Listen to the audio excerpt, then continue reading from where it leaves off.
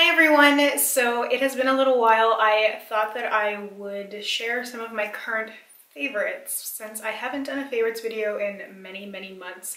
And there's actually quite a few things that I've really been loving lately, and I've been using a lot of the same stuff. There's no new things here, so it's been some rediscoveries. So I thought that I would just share them. It's a lot of makeup, but then I threw in some miscellaneous things as well, just some things that I wanted to talk about. So let's begin here. I'll start with the two skincare things I have just to get them out of the way first. So I have a face oil and an intense moisturizer. So the first one is from Fresh. This is the Sea Berry Moisturizing Face Oil. I've been loving mixing this with my foundation. I will come up with some sort of foundation cocktail. I will mention some of the other things that I sometimes throw in there as well, including this from Pixie, which is the Rose Ceramide Cream. It's an intensive moisturizer. Now I will use this on its own. I don't tend to use this face oil on its own. When I use a face oil on its own, right now I tend to use the Drunk Elephant Marula oil, or I have a rose one from Pixie and I kind of will use one of those. But this cream is very intense and my skin has been really dry. It's been such a disaster, and when I need some hydration, this thing has really helped, and I will occasionally mix it in with my foundation because I've been liking something a little lighter, a little more dewy and fresh, and I don't really go full coverage with foundation, which has meant that my foundations are lasting a lot longer as well. But these are two sort of skincare standouts for me, things that I've really enjoyed using with my makeup especially.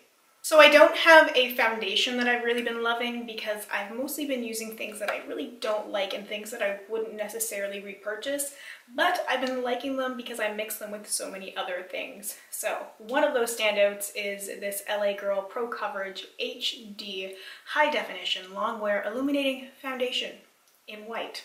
So I use this as a mixer with the foundations that are too dark for me. This is amazing because it's really dewy and almost a little oily, but I like that, especially then with some extra face oil. It really just makes my skin look super dewy and I love that. I apologize, this is really well loved. There's actually not a whole lot left of this because I've been having to use this pretty much every single time I use my foundation. So it's a really great product and it's very inexpensive, and it's definitely something that I would repurchase to use again for foundations that aren't quite the right color for me. I've also really been loving the It Cosmetics Bye Bye Under Eye. This is the full coverage anti-aging waterproof concealer in medium. So this is not a concealer I can use on its own because it's too dark for me. I know they have a lot more shades of this concealer now, but I got a sample of this exact shade and I liked mixing it with foundation so that it was just this really full coverage thing, and it just makes my skin look incredible, very flawless, and it's not very heavy, it's just such a good coverage. And I will pair like a drop of this with a drop of the LA Girl White Foundation Mixer, maybe a drop of the oil plus a pump or two of the foundation, and really go to town with it. And it's just such a good combination of things. Sometimes it really pays off to mix the things that you already have. Some of these things like I had bought intentionally but never really paired them together. Like the Bye Bye Under Eye I had bought intentionally to use in this way, but some of the other things I hadn't, and just playing around with stuff.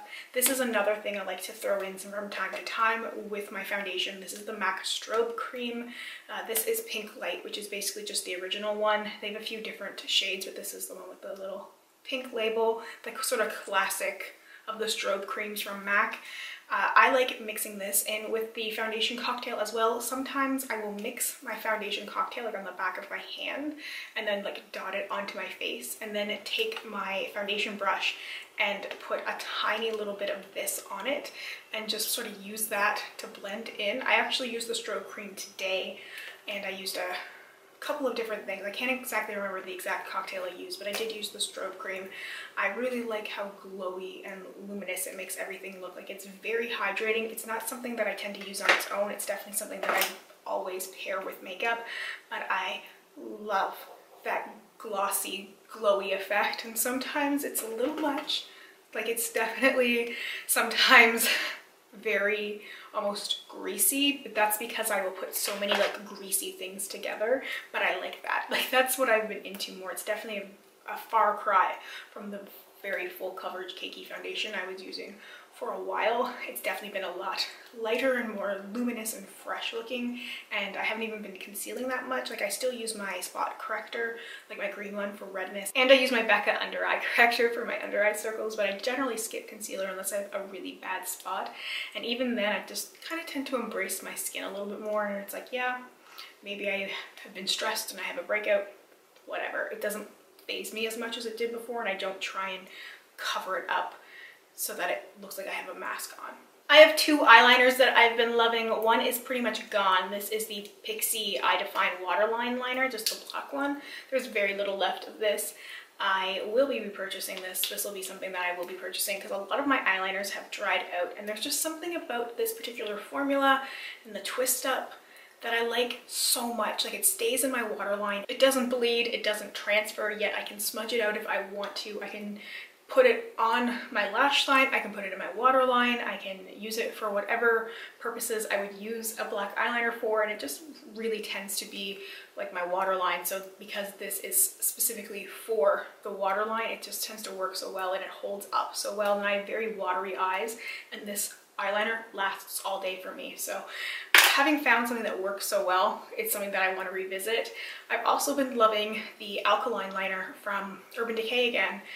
This is a burgundy eyeliner, and I will use this in the times when I want something that's a little bit different from black. Sometimes I want to embrace the red eyes. I've mentioned this from time to time where I'm like, yeah, maybe I didn't sleep that well or something is like irritating me, and I just want that red eye. So I'll, you know, do the burgundy liner, and I'll maybe put on some burgundy shadow. It is from the Naked Heat line, so sometimes I'll reach for the Naked Heat palette. I don't have an eyeshadow favorite right now because I've been rotating through a few things. There's nothing really that's been really calling to me. I have the Pixie Highlighters, which I've mentioned in so many of favorite videos, but I just want to mention it again, especially this one, Subtle Sunrise, because this side is practically empty. I love this highlighter so much. This is what I'm wearing right now, and I did go pretty heavy-handed with it. I've even been making quite a dent on the other side of the highlighter as well because I like mixing it together. I've been using this other one too. This is Delicate Dew, but it's a little bit too intense for my skin tone, but I still been trying to use it and mixing it with a white highlighter so that I can still get that intense glossy glow. That's the thing that I really like about especially this one, Subtle Sunrise, and this shade, is that it just looks like a glossy glow and it kind of melts into your skin, and it reminds me so much of the Natasha Denona highlighter that I loved so much that I finished and still kept the container because I love the mirror. I want to repurchase the Natasha Denona one, but I also want to repurchase this one at some point. I'm trying to figure out, like, I really love this particular side, but I'm only kind of so-so about this side. Is it worth it? Because this is amazing, but I think because of the price, like, it really is worth it for me if I will use it. It's one of those things that I'm rediscovering about myself, where I never thought that I would want to purchase or repurchase something. Now, this was PR for me, but this is, and so was the eyeliner, by the way. But this is something that I would purchase myself, just for that one pan. Like, it would be worth it because it just looks incredible. It gives me that golden sheen without being too intense, because a lot of times golden highlighters can be too dark for my skin tone, and I often have to go with the lighter, like silvery white ones, which isn't always what I want. Sometimes I don't want the cooler tone, I want something a little bit warmer, and it can be hard to get that without it looking like a really strong stripe. And I have a couple of lip products. So I have a lip liner, a gloss, and a matte liquid lipstick.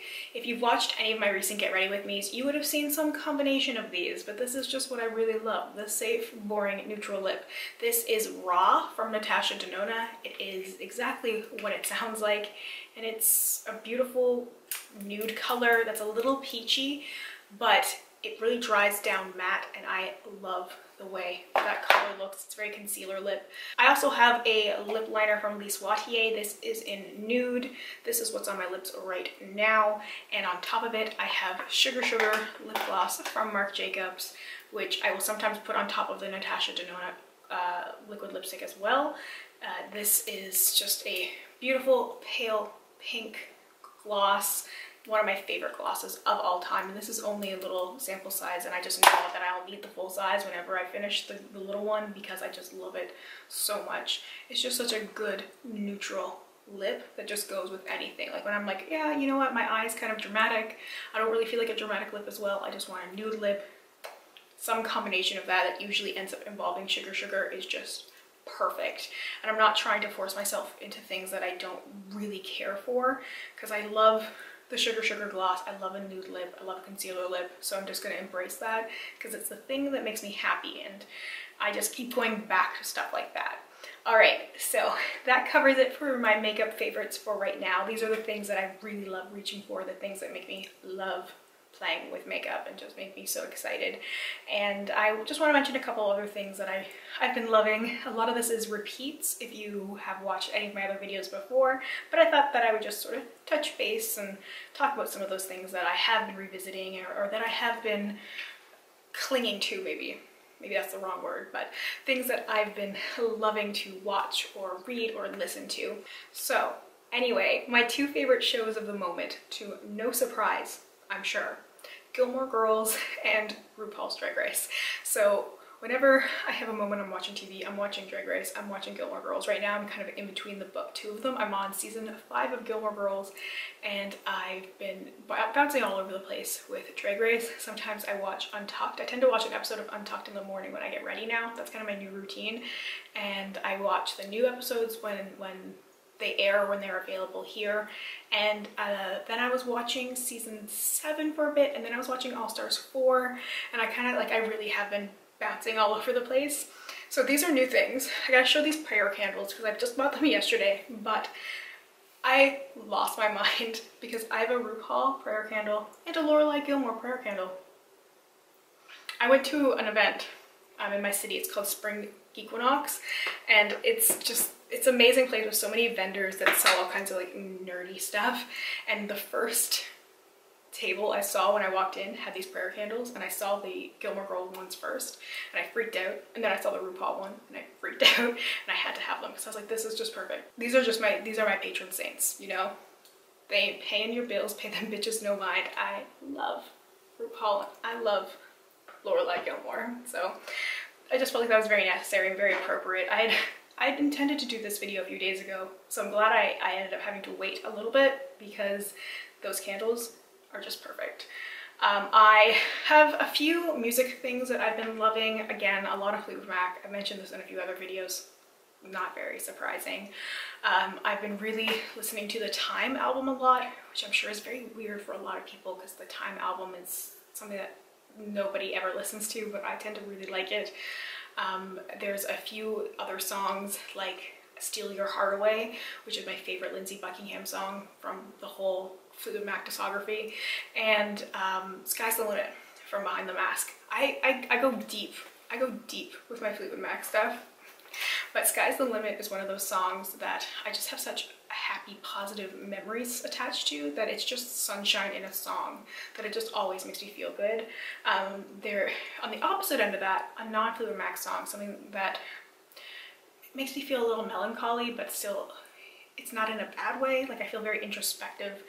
It's Big Black Car by Gregory Alan Isakov. Highly recommend this song. I have been listening to it quite a bit. I've also been listening to Amy Mann, her album, excuse my language, Fucking Smilers.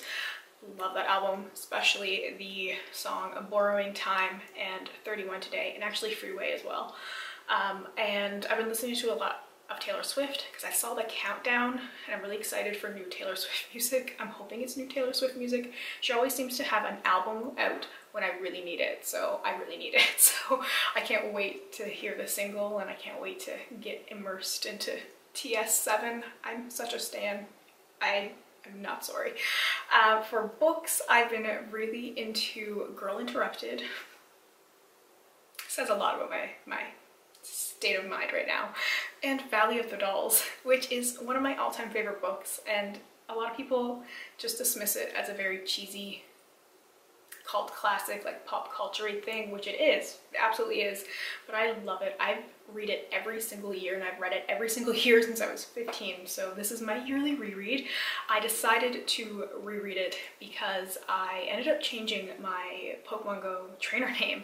And it's funny, I gotta tell a story. So I was thinking about changing my name for a little while, and this just, it seemed like the right time to do it. I felt like maybe it would kind of give me a fresh start. Didn't really do that, but I do really love my new trainer name, and I had brainstormed a huge list of names, and a lot of them were sort of literary references, and I ended up going with Evie O'Hara because of Neely O'Hara from Valley of the Dolls. And that came about because my friend, who also has Evie in his trainer name, we were talking about what I would change my name to, and he mentioned, he's like, why don't you put Evie in it, like mine?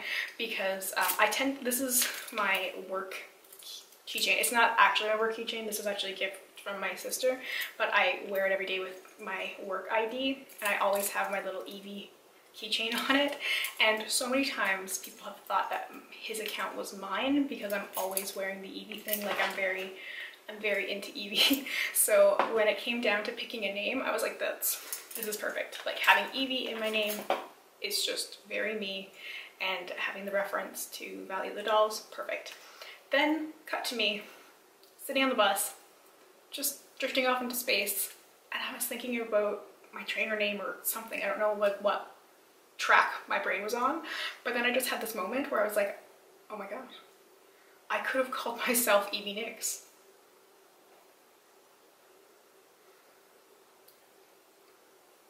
Missed opportunity. So disappointed in myself. I also got this squirrel purse. My friend gave me this as an early birthday present. This is a squirrel purse. I'm so excited. I'm going to be bringing this with me for like every Pogo community day I do. But I called her like right away, and I was like, we all messed up. Everybody who knows me messed up. Nobody thought of this. How could nobody have thought of this? Evie Nix. Why? Why? Why has everybody forsaken me? That would have been the perfect name, and I can't change it. So anyway, I love my new name because I love the Valley of the Dolls reference, and I love rereading that book, and it's just something that I take something new from every time I reread it, and it's just it's so good. It's so cheesy and comforting. It's so good. And I love my name, but also missed opportunity. Anyway, I just really wanted to share that. That is everything for my favorites right now. Let me know what things you've been loving, makeup or otherwise, recently. I'd really love to hear from you.